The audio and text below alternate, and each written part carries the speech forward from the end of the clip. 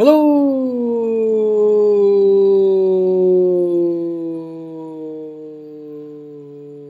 algebra students. Mr. Lawrence here with your fourth summer review packet video. And I want to give a special shout out to Ezra and to Mackenzie and to Jacob.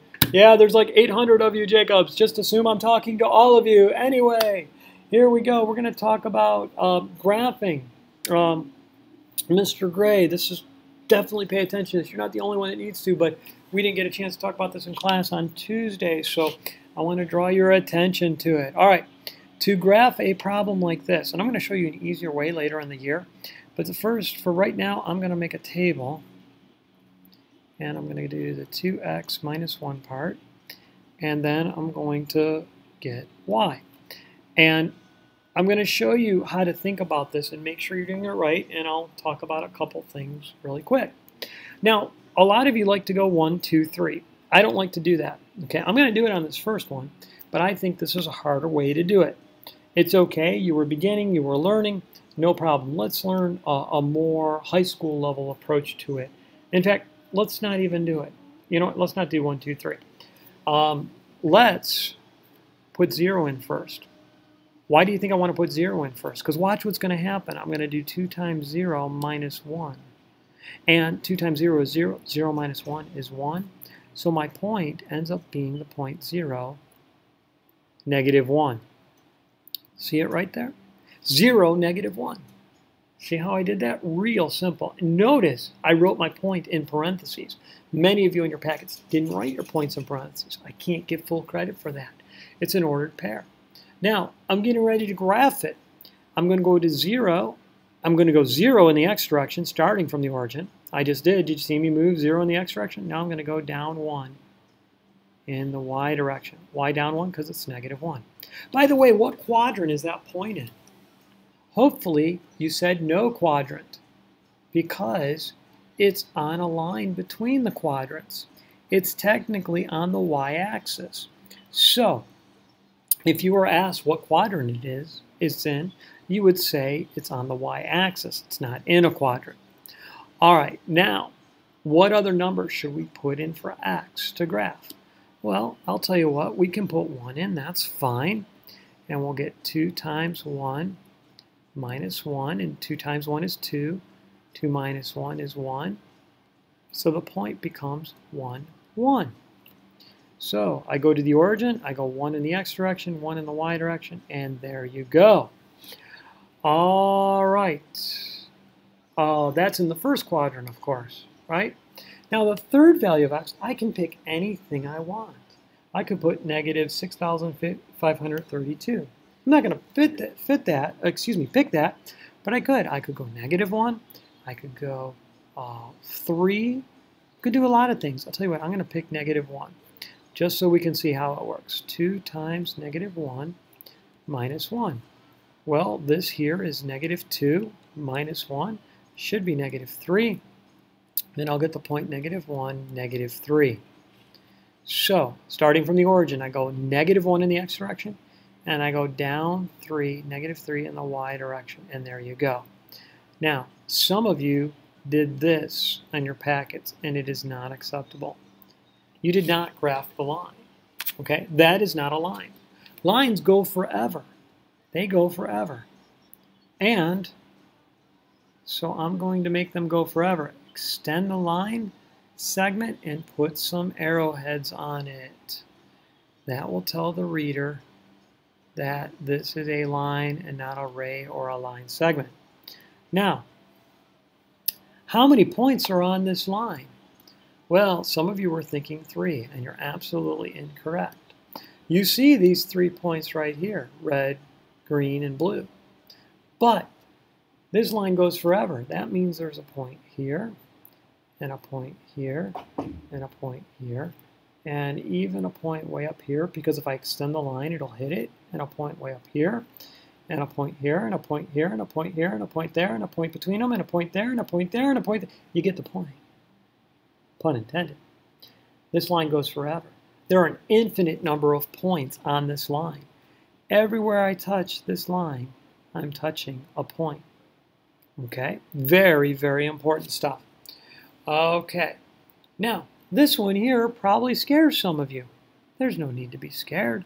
Don't be afraid. Be brave, little soldier. If we're smart about the numbers we pick for x, this is an easy problem. Okay, making my little table. And again, I'm going to teach you an easier way a little bit later in the year. But first of all, I'm going to pop 0 in. I'm going to do 1/3 times 0 plus 4. That's a hard one. Quick, get your calculators. 1/3 times 0 is 0. 0 plus 4 is 4. Y is 4. So we have the point 0, 4. So 0 in the x direction, 1, 2, 3, 4. There we go. Okay. Now, what other values should I pick? Well, I'm going to pick 3. Yeah, I'm going to pick 3. You know why? What's 1/3 of 3? It's a whole number, isn't it? Yeah, it's a whole number. 1/3 times 3 is 1. 1 plus 4 is 5. My point is 3, 5. So I go 1, 2, 3, 1, 2, 3, 4, 5. There we go. All right, now another choice. I could pick -3. Hey, that's a good choice. I could pick 6. I could pick -6. I could pick 12. I could pick 15. I could pick any multiple of 3. Now, I actually could pick any number I want, but the multiples of 3 will get me a prettier answer. What's 1/3 of -3? Well, it's -1. -1 plus 4 is the same as 4 minus 1. This is 3. -3, 3. And I feel like I have a mistake. No, I think I'm okay. -3 in the x direction, 1, 2, 3, and then 1, 2, 3 in the y direction. And look at that, they make a perfect line. They're all on the same line. So 1, 2, 3. Oh no, 1, 1, 2, 3, 1, 1, 2, 3. I'm cheating using something called slope, which I will teach you. I said tease you. I didn't mean tease you, I meant teach you. Sorry about that. All right, and there's my line. Okay, now you see if I would have put 1 in, I would have got a fraction or a decimal out. I can do it, it's just harder to graph. All right, one more example, and then we'll call this video wrap, and tomorrow you'll be taking your test, your assessment. So we've got x, we've got the -4x plus 2, gives us our y value, and then we'll need our point. Again, I'm going to plug 0 in first. -4 times 0 plus 2, that's 2. The point 0, 0, 2 is on my line. 1, 2 right there. All right. Now, I think I'll put 1 in. And so I'll get -4 times 1 plus 2. That's going to be -4 plus 2, or -2. Right there. And then I'm going to plug -1 in. I'll do -4 times -1 plus 2. I'm going to get 4 plus 2. I'm going to get 6. -1 up 2, 3, 4, 5, 6. Right there. Okay.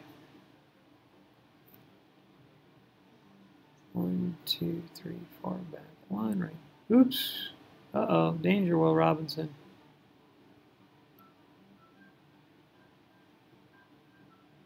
Oh, everything's moving. Let me go back here and see if I can undo that accidental snafu. There we go. I think I've got it. And, yeah, 1, 2, 3, 4, 1. There we go. Okay, I'm going to change the color of that line and put an arrowhead on it to make it truly a line. Maybe I'll even make it a little bit thinner. I went on a diet. And there you go. By the way, the line is the set of all solutions for this equation. This equation has an infinite number of solutions. We only showed 3 of the solutions. The line shows us all the rest. Okay, that's it for the video. Mr. Lawrence signing off. Have a good night, everybody.